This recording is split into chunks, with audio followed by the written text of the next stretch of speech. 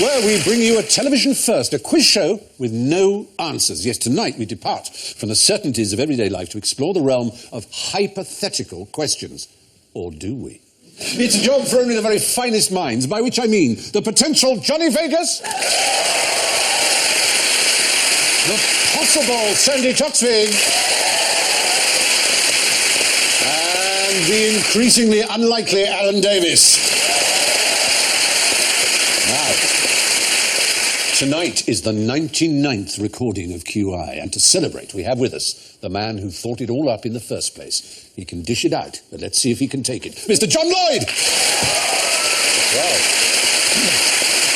Well, they all have appropriately quizzical buzzers. Sandy goes... Johnny goes... John goes... Ooh, And Alan goes... Oh, sir, I know, me, sir. As if. And let's open our minds now to the possibilities of question one. What's the best way to weigh your own head? Any thoughts? Well, cut it off, obviously, would be... Yes, but then someone else could weigh it, but you couldn't, you see? That would be the problem. You wouldn't... And the question was... Because you introduced us, and I normally introduce me last. Yeah. It slightly caught me out, and I was applauding myself. Alan Davis! That's what... And I was applauding myself insincerely. That's what Soviet leaders do, isn't it? Or chimpanzees. Yeah. One or the other. Yeah. Why would you want to weigh your own head?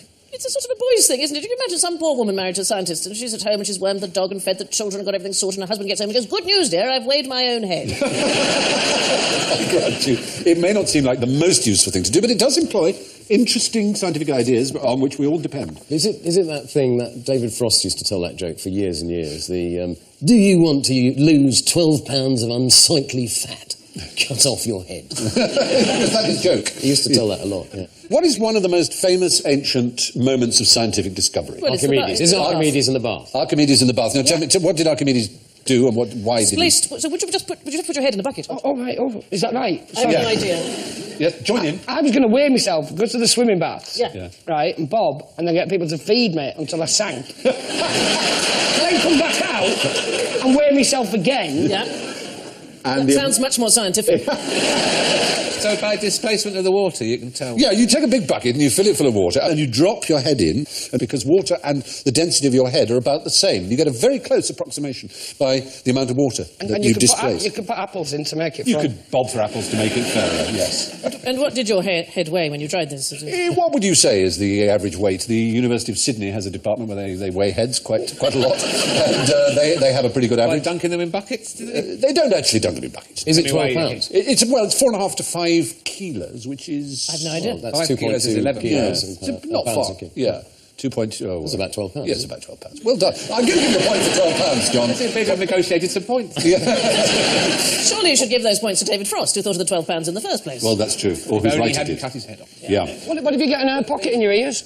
A pocket. You know, the air pockets? Yes, but the air cavities are cancelled out Take your by fingers out, the... you won't hear the answer.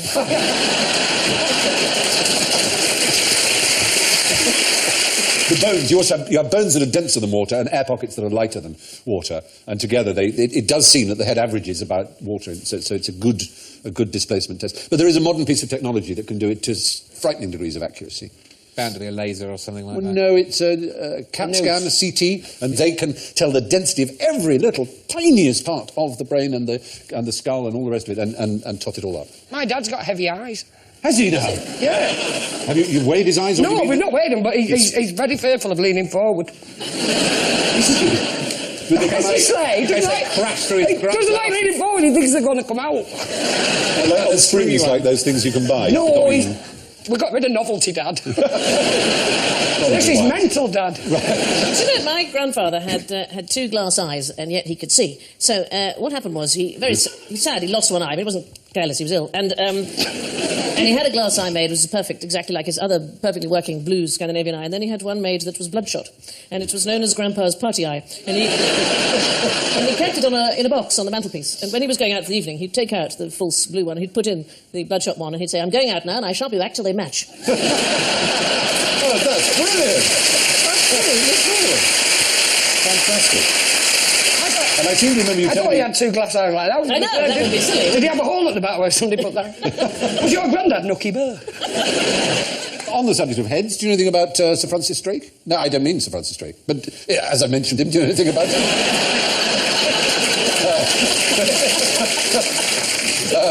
Something to do with bowling. Yeah, that's right. Yeah. He was in the Navy. Let's move on from Francis Drake. Thanks for moving on. What do you know about Sir Walter Raleigh? He invented the bicycle. His wife carried his head around in a bag for more than 30 years after he died. Excellent. A velvet bag. A velvet bag. A red velvet bag, yes. So Walter was executed. And, See why John had to invent a show for this kind of information. Yes, exactly. He carries around with him. You carried around much as Lady Raleigh carried around the head. It was on Buzzcocks last week. Was it?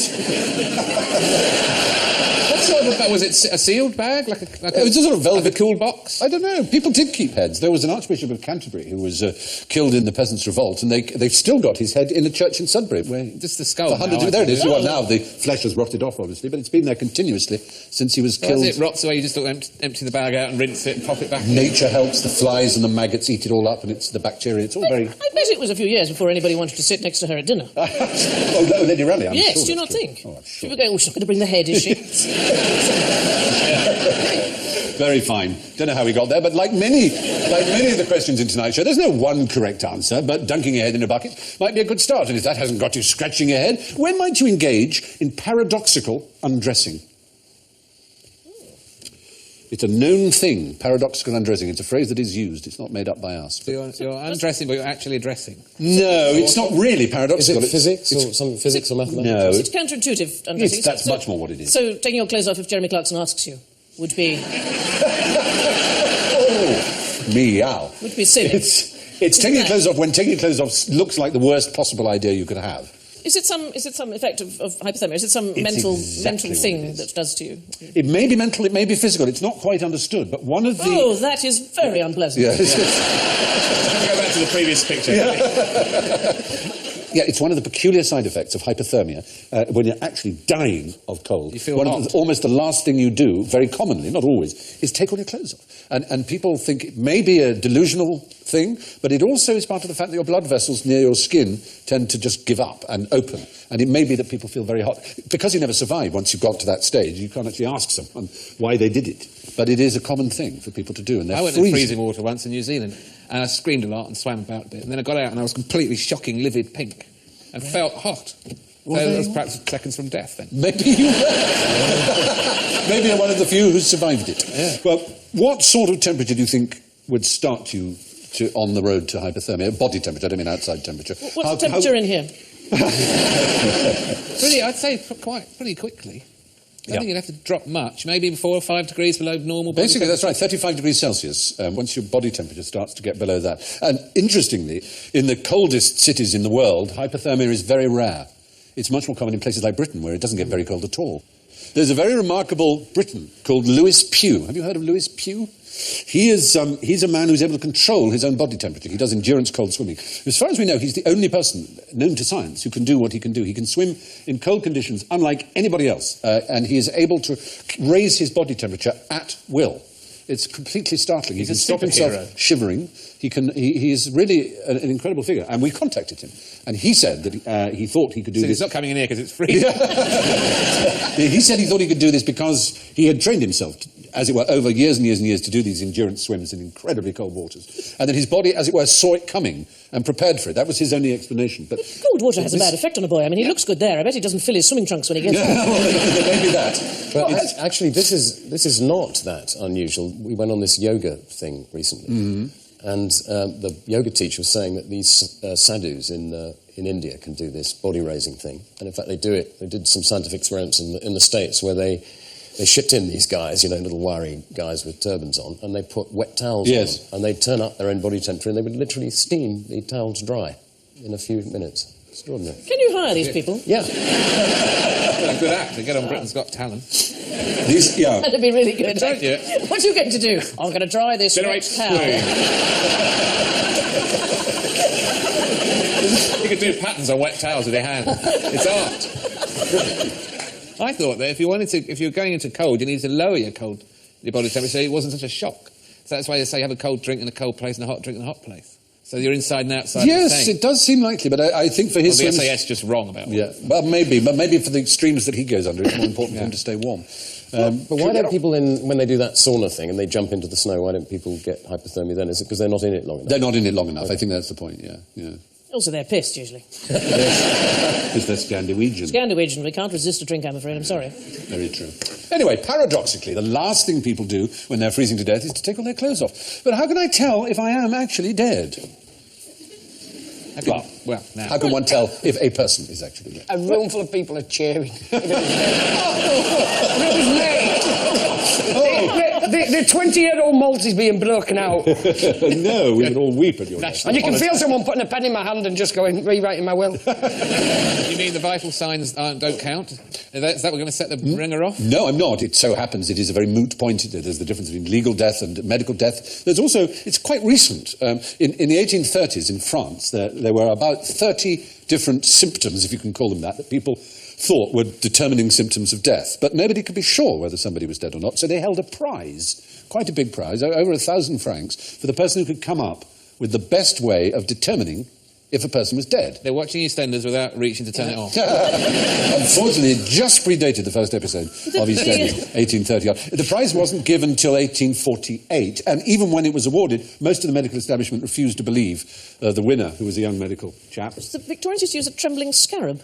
They used to use it looked like a little scarab with sort of legs on it, and they used to put it on the head of somebody and watch to see if it moved, because the person would... And if it didn't move, that was... There were lots of things like that. I mean, these were some of the ideas that didn't win. Sticking a thermometer into the stomach to see if the patient was cool enough to be dead. Attaching pincers to the nipples. Oh! Scalding the patient's arm with boiling water to see if a blister appeared. Try all of these on one person.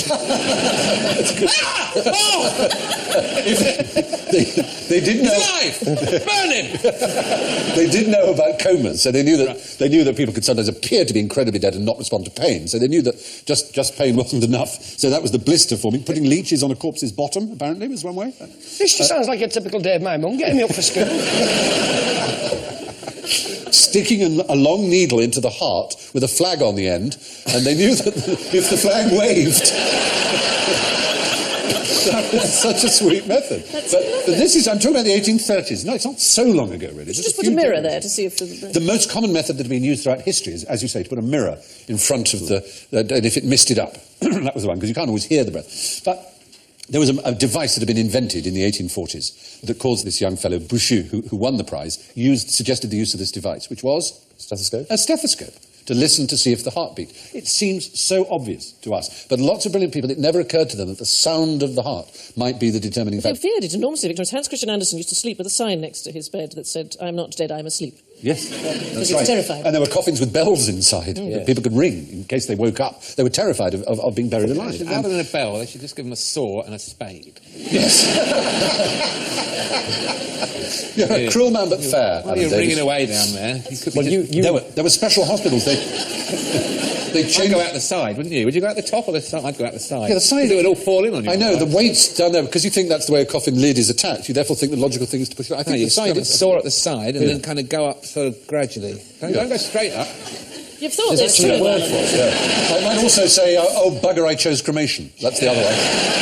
How do I reassemble these ashes? That is why we Vikings put them in a boat and then set fire to it. We're doubly sure. Off you go. That's true. But there's an actual word for it, isn't the fear of being buried alive, isn't there? Because the 18th century clown Grimaldi had a pathological fear of being buried alive, and he specified in his will that when he died, they were to cut off his head before burying him, to be quite sure that he wouldn't have to ring the little bell. He wasn't just weighing it. It's a very Edgar Allan Poe type thing as well, isn't it? Being walled up alive is a classic fear. And so in Germany in particular, where they for some reason were most afraid of this, late in the 18th and early in the 19th century, they actually had warm mortuaries to encourage putrefaction. So the smell said that he's definitely dead, because, whoa, that is very smelly.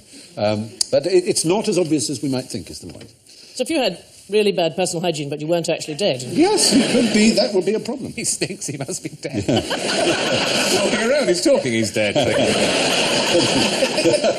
the fear of death is thanatophobia, of course, but the fear of being buried alive is taphophobia, T-A-P-H-O phobia. But now it's time for a round of quick-fire hypotheticals. Quickfire hypotheticals! So, all you have to do is tell me the first thing that comes into your head, basically, all right? It's a quick-fire hypothetical question. Let's say you found a fallen tree in the forest, right? Obviously, it fell down before you arrived, but did it make a sound as it fell? Ooh, No. Well, no one's going to say yes. Yeah, you're right. I mean, do you know where this question comes from, as it were? It's a Bishop famous... Barclay. Bishop Berkeley, yeah. Philosophical question, isn't So it? that if there's no one to hear a sound, Is there a sound? is there a sound? It depends so much what you mean by sound, doesn't it? Well, there isn't, because sound is the vibration of the eardrum. There is no sound, Is it? but there's no one to hear it. Yeah. Yeah. Well, it depends, though, because part of the definition of sound is that there has to be a recipient for the sound, Yeah. isn't there? There's the thing that makes the noise, and there's the transmission of the noise, and there's the reception of the noise. Yeah. But if there's no reception of the noise, then maybe the noise doesn't exist. Other things are still vibrating, but whether that vibration counts as a sound or not is It's a in the Sound, forest, that's the they're definition empty. of sound, is what happens in the ear. There isn't any sound if there's no one to hear it. it's a mooty point. there's a speed of sound, and it's only what happens in the ear. Well, how do you get that speed between that and your ear?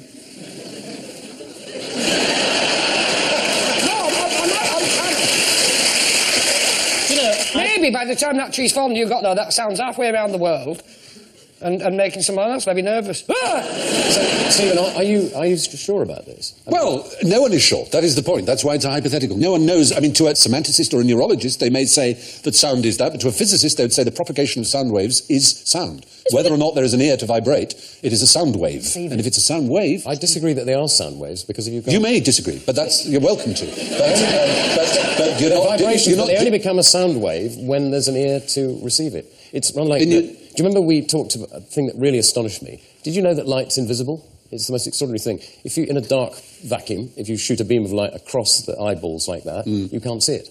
Because Yeah, you but can what only about see what sound? light hits.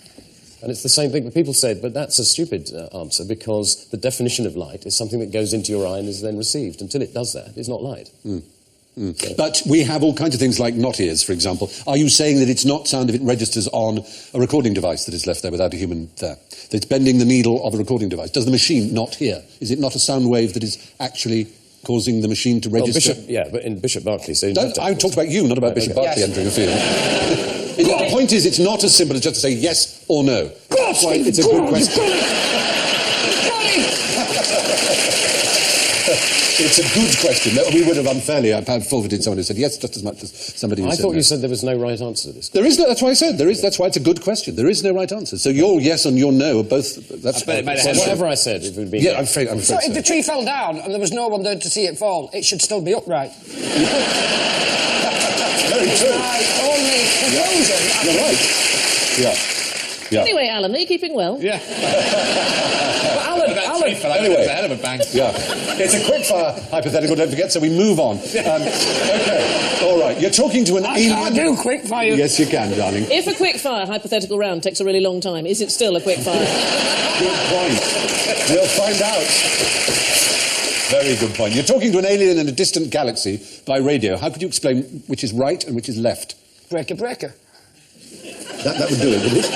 Just by saying breaker, breaker, he would know. Well, it depends what height mast he had, but yeah, he should. It's nice to be talking... There's got to be alien truckers. Yeah, that's a fair point. They must have I'll been tell him freight. what's left and right, and if he's got a smoky on his ass. Right. Wouldn't it be a very boring conversation, because the nearest galaxy is what, 4 light years away? I think we'd have to use the word hypothetical about it, for example. So it's a hypothetical conversation. Hypothetically, are we looking at any common reference point? That's the point. You can't... Can you see Mars? Yeah, well, we're on the right side. Can you see the speck on Jupiter? Yes, you'd have to have something to reference. That's the point. You can't... Semantically, there is no explanation for left or right without reference to a physical world that someone can identify. You can't explain it just by language. That is really the point of the question. Well, if they visited in a ship, you could give them a temporary tattoo. Yes, you could do that, Left which is and why right. we framed the question so specifically, saying that Or talking on the Temporary radio. tattoos were out. Ah, sorry. Yeah. I'm just Remote a galaxy. problem solver by nature. No, it's good. Anyway, they might not have, because we always draw them in that shape with 2 eyes. What if they've got 4 eyes and 8 arms and they don't have 1 Yes. or 2 things? Yeah. Exactly. They may not be symmetrical in any way. Yep. They might have other dimensions and all sorts. Yeah, they might have 19 versions of left. Yeah. Yes? Can you imagine that in a Right sat nav? at Left-ish! Got that one. Got that one. Why do we always draw them like that? I have no It's so idea. strange. They might have 1 eye in the middle of their head. Yes. Certainly the ones that probe me look nothing like that. Do you have a little thing in your head which is a mnemonic when you forget which is left or right temporarily? Do you do that? I walk into traffic. Sort out straight away. Yeah. Why, do you have a problem? I do, no, I don't, but if I have to think... Well, I remember the thumb I used to suck when I was a very small child. That's my right hand. Is Like a therapy session, this. It's a wonderful story about a famous ocean liner captain, and he had a little silver box that he kept in his pocket, and every time before they came into port, he would open up the little silver box, and he would look and push it away. And after many, many years' service, he finally died. His second in command said, I just must have a look in the silver box and see what it is. He opened up the box, and it said, port, left, starboard, right. That's brilliant. You get that right, though, don't you? Yes, that's the point, though. You can't really find out. So, our next hypothetical. Take someone who has been blind from birth, right, and let him or her handle a sphere and a cube. And then there's a new operation that amazingly comes and restores their sight. And you show them the sphere and the cube. Will they be able to tell which is which just by looking, having felt each? Do you think it's the first thing they'd want to do? No, that's why it's hypothetical. But it has been done. It is really interesting because The answer is no, they can't. The information that their eyes tell them is a meaningless junk. For quite a Exactly while. right. Because Exactly one's right. tactile and one's sensory. It would be completely Yes, but that's right. But to us, it seems so obvious that perhaps we overlook how used we are to relating the feel of a corner to the look of a corner. This is cutting-edge neuroscience, isn't it? I mean, Yes. There was a case recently where somebody had been blind for, I don't know, years and years and years, and they restored his sight, and he was able to see his own children for the first time in years, and he literally didn't recognise them. It was like, fuzzy lines. It took 2 weeks or something for him to realise, to assemble the information. They so it took made the sense. beards and the cats. Sorry, I couldn't resist it. It was a once-in-a-lifetime chance. Have you done the reverse thing, which is go to that... There's a restaurant where it's completely dark. I went to one in Berlin called Noctia, I think it is, yes, where it's absolutely blind. Have you? No, I haven't, but I mean to go, I think it's really extraordinary. And it's blind people who serve you, so Yes, they walk that's around right. The with great waiters are all ease, blind. and you can't see anything at all. And I would imagine, does it make a difference to how you eat things? I don't mean that you miss your mouth, but I mean that it tastes different. Yes, it does. That's really the point. They talk you through the food, they tell you, and you feel it, and you smell it, and you use all these other things that you usually forget to use when you're eating food because you're looking at people and talking to them, and you just look down and see how well arranged it is. But instead, it's quite animal. And the weird thing is going to the loo, of course. This waiter takes you by the hand, and you kind of threads you through the tables. You go into a closed passageway, closes one door, which is into the restaurant, so that stays dark, and then he opens the other door towards where the loos are, and he doesn't actually take the old chap out or anything like that. So that would be a bit cheeky. Unless you tip him very well. Unless you tip him very well. You can go to Little Chef and you're served by people with complete indifference. It's an amazing Surely sort not of since, experience. not since yeah. Heston Blumenthal. Yeah. Surely not. Yeah. So, that's quite right, John. Absolutely spot on. Now, a lorry load of birds are being weighed on a weighbridge. At some moment, all the birds simultaneously rise off their perches and flap in the air. So they're all alive. They're all They're all alive, right. yeah. Does the lorry weigh less Yes. when they rise up in the air?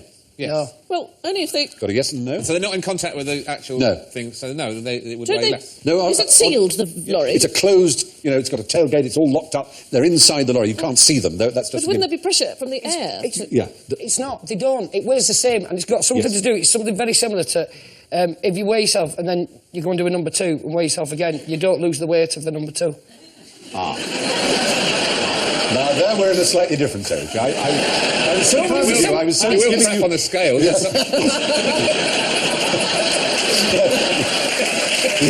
You're right. The answer is not to poo on the scale. No. Leave the scales, do the number 2, come back to What? the... You don't lose... You don't lose it when you... Money I've wasted on I animals. know. No, it doesn't. It weighs the same, and I can't remember the reason why. I know this. So they all lift off at exactly the same Yeah. time. Now, the fact is, it is weighing. It's a bird, the bird Where does the lorry egg- system. It's there in the air. I know it's weird. Is it but sealed? Is it to do with it being sealed? Yeah. Because if you're carrying a bowling It's the ball and you're on the scales, and then you throw the bowling ball in the air... Yeah. It's you're part of It'll something when kill you're you, but inside no, it. Yeah, but because it's sealed, And the air's moving... exactly. you and the air have created that weight. So whenever the birds put themselves within there, it still weighs the same. But the interesting question, and you're absolutely right, I mean, you can sort of test Don't it. pass it off that easily. Yeah. But the interesting question is if it's an open-top lorry, and they're all sitting on the perch, and they jump up, and they jump up slightly higher, and then they're actually out of the system, they're no longer part of the lorry-bird system, then it would be lighter. Well, there we are. Well done, everybody. That was, perhaps now it's time to move on from our hypotheticals. That was very quick. So, hypothetical problems are, of course, the curse of the practical man, but how do curses work? Well, someone curses you, and you think that you've been cursed, so you change your own behaviour and bring about your own downfall. That's kind of more or less precisely right. It's a negative version of what effect?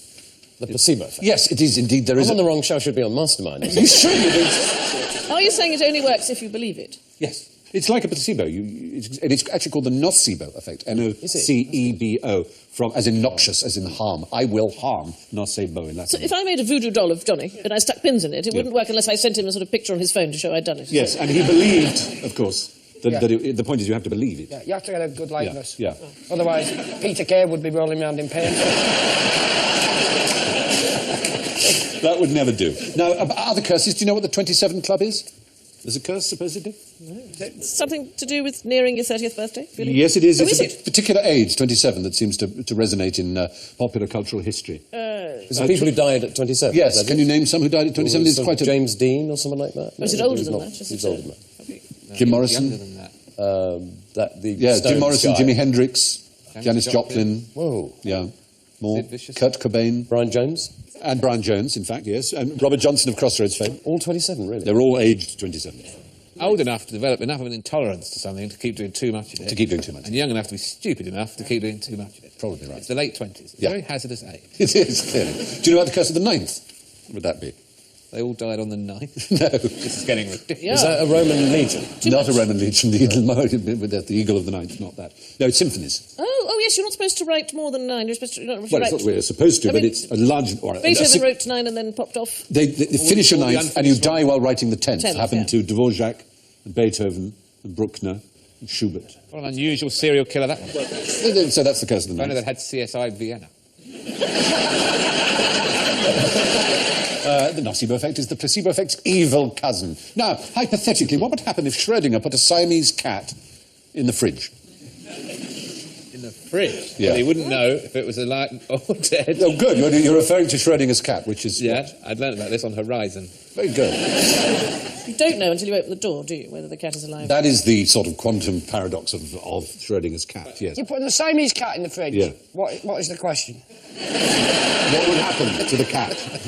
It would get cold. It would get What cold. would happen to the fridge? There'd be less milk left, probably. It would eat all the tuna melt. All the tuna melt would go, yes. But something quite extraordinary would happen. It would turn into an ordinary cat. Well, almost. Almost. Turn into a dog. No. Nor is it that remarkable. In seconds. No. What do you... Let's have a look at the Siamese cat and see what's particular about it. White body, black face. Ah, Black so it's face a black and- body and a white face. It's got a white body and a black tail and black ears and black mouth black and black socks. In other words, black extremities. What is particular about the extremities of any mammal? They're cold, Oh. right? So if you put the whole animal in a fridge, Yeah. It goes black. it goes black, Johnny. You're That's absolutely death, right. though, isn't it? There. That's what happens. Its fur has this peculiar colourant that keeps it pale in warm blood heat, but there's only a small difference in temperature down, and it will lose the white or gain the black, whichever way you prefer to look at it. And when you take it out, does it go pale again? Yes, it will go back to its normal colour again. Would it be The same- worth trying just for the lark, wouldn't it? I mean, I don't like cats very much. I think, well, fun, even though I'm sorry, so many cats, so few recipes. I just think... it sounds like fun. You can also try it on a Himalayan rabbit. They have the same issue. To get Please hold of. don't. Please don't. No. Do you know about buttered cat? There's a recipe. Buttered cat Delicious. syndrome. Oh, you put butter on their paws to stop them going There home is when that. you've moved house. Or But this is a kind of paradox, really, because there are two laws, aren't there? One is that if you have a piece of buttered toast and you drop it, what happens? it falls butter It side up. falls butter side down. And if you drop a cat, what happens to the cat? Falls butter side up. No. Careful. It Lands falls on down. its feet. So if you were to put a piece of toast with the butter up and attach it to a cat, That's very funny. right? What would happen is the cat would drop and it would have to revolve forever. Because And then you've got an the two laws would compete and it would be in total balance. What do you work with margarine? I don't know. I think the law doesn't state that the margarine falls downwards. Well, That's what right. about, I can't believe it's not butter. Oh. What is it? What if it was margarine, but the cat believed it was butter? The placebo effect. Exactly. Brilliant. Brilliant. You've all got the point. What if cats discovered this and started to migrate? Where would they go? I don't know. What is it? It's just a cat with a piece of toast. I'm not going to dictate. Let's just keep it from them. So, yeah, the point is, if you put a Siamese cat in the fridge for long enough, and actually it would have to be quite a long time, probably weeks, it would go black. And you absolutely mustn't. But after that voyage through a land where there are no wrong answers, we come at last to one where there is rarely a right one, the realm of general ignorance. So put your fingers on your buzzers and tell me, you're on death row, all right? What can you tell me about your last meal? It's 3 courses. 3 courses. Yeah, and it's absolutely whatever you want. No. Not necessarily the case at all that you can order whatever you want. You can only have what they've got in the kitchen. You know where there's death row in England? Oh. It's the Lord's Pavilion. Yeah. The seating in the pavilion is unreserved, and so you have to get there pretty early in the morning for the Australian test, for example. Yeah. But nowadays, a lot of the MCC members are living to a very old age, and they can't get there at 6. So the oldest, I think there's about 18 seats or something in the row, they have a seat. The oldest, so X number of members. That's called death row. By the stewards. But you can't even choose what you're going to have for your last supper. In different states it varies, but in some states there's a $20 budget. In Florida it's a $40 budget. Unicorn. Sometimes they're really mean. There was a figure called Philip Workman who asked for a large vegetarian pizza to be given to a homeless person as his last dinner, and the prison officials refused. And after this guy was executed, all kinds of homeless shelters all over Tennessee, the state where it happened, were sent these vegetarian pizzas for homeless people who, by just ordinary Americans who wanted to honour his last wishes. It's rather touching. It's lovely, but wouldn't it be awful if you were about to die and you've got a very limited menu? Yeah, I know. And huge portions are pared down, so there was one inmate who requested 24 tacos, and he only got 4. Oh, it's just... I know. Isn't it mean? You're not allowed to smoke, even if you want to, mostly. hardly worth being there. It almost isn't. It almost isn't. And some of them get very mournful about this. A fellow called Thomas Grasso, his last words in 1995 were, "Please tell the media I did not get my SpaghettiOs. I got spaghetti. I want the press to know this." It's very forlorn, isn't it? Did they say to you, did you have anything from the minibar last night? Probably The last do. question. I'd want a Kinder Egg. A Kinder Egg, yes. I'd want, some chocolate, a toy and a surprise. What's not Just to to like? distract you from death. Yeah, it so would. Anyway, in the USA, most states place strict restrictions on inmates' special meals, as they're called, and in some states, it isn't even their final meal. They actually have it 2 weeks or so before they're executed. So, stop me when you know what I'm talking about now. It's an insectivorous mammal. It's found all around the world. It's active at night. It's almost totally blind. A bat. A bat? No. You were so right until the last part. Yeah. Not blind, then. Anteater, what did you say? No, not an anteater, no. A It's mole. insectivorous, so it could eat ants. Is it a mole? A mole is the right answer. I said mole. Oh, did you? I'm Just said sorry. mole. Did he say mole, ladies and gentlemen? No, because sound is just a thing and it didn't... Yeah, if you didn't hear me say mole, then I didn't say mole. So you need the points, I suspect, Alan, after Yeah, the I bat think I thing. probably No, do. there are about 1,100 different species of bat, and none of them is sightless. Not one is The blind. mole completely sightless, then? It can just about distinguish between light and dark, but essentially it's blind. You can tell if the Certainly a lot. telly's on or off. Yes, if you like. It's a lot. Yeah, you can't tell if it's on standby. How many moles do you think there are in Ireland? None. You're right, there are none. They don't. They were very pally with the snakes. Glaciation and the separation of Ireland from the rest of the place, they never got back because it was then an island. They could tunnel. Like snakes, they could tunnel. If any animal could tunnel, it would be a mole. Oh, sweet, look. You say sweet, but almost certainly all photographs of moles that are taken are of dead moles because they fluff them up. And you can't tell because their eyes are always It's little like black all those slits. greetings card pictures, of a cat in a deck chair or a cat hitting a mouse with a spoon. Yeah. They're all dead. Yeah. Yes, so. Yes, moles are as blind as the proverbial bats. Bats, perversely, aren't. And finally, the ultimate hypothetical question. Which came first, the chicken or the egg? Chicken. No! The egg is the right answer, yes. Yes. There's that wonderful old joke about chicken and egg have just made love, and they're lying there having a bit of a post-coital cigarette. The chicken says to the egg, well, that answers that old question.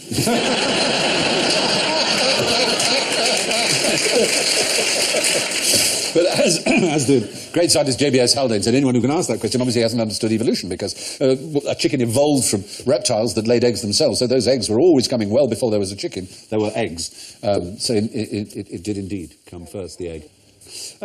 What's unique about chickens? Well, there are quite a few things that are unique about them, but the most obvious thing, looking at that, what does it have that no other bird has? Combs. No other animal has those strange combs on the head. It's thought to be something to do with temperature regulation. They cool themselves down by the regulation of blood flow and all that sort of thing. What's the longest recorded flight by a chicken in time terms, not just... 13 seconds, isn't it? Something like that? Yes. Yes, it is 13 seconds. Is it really? Yeah. I think we're going to get a record score. I don't claim that's true, but that is one of the oldest internet pieces of trivia I know, apart from a duck's quack does not echo and no one knows why, which we know isn't true. No, we know that isn't true. So, anyway, birds evolved from egg-laying reptiles, so there were definitely eggs before there were chickens. So we emerge older, but not much wiser at the end of the only quiz show to offer no answers, just more questions. But had there been answers, let's see who would hypothetically have won. And our theoretical winner tonight with 2 points is Sandi Toksvig! Notionally in second place is Elf Master General John Lloyd with -1. On paper, in third place with an extremely creditable -7, Johnny Vegas. Finally proving that it's all academic and a dream with -27, Alan Davis.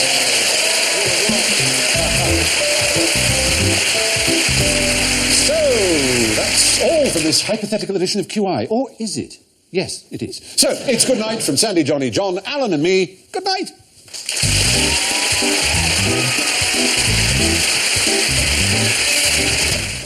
Saturday night on BBC HD. Stand by for regal action with Henry and his new wife. We're bringing back the Tudors next. And right behind at 10:40, Nurse Jackie is back and rebuilding her mess of a life too.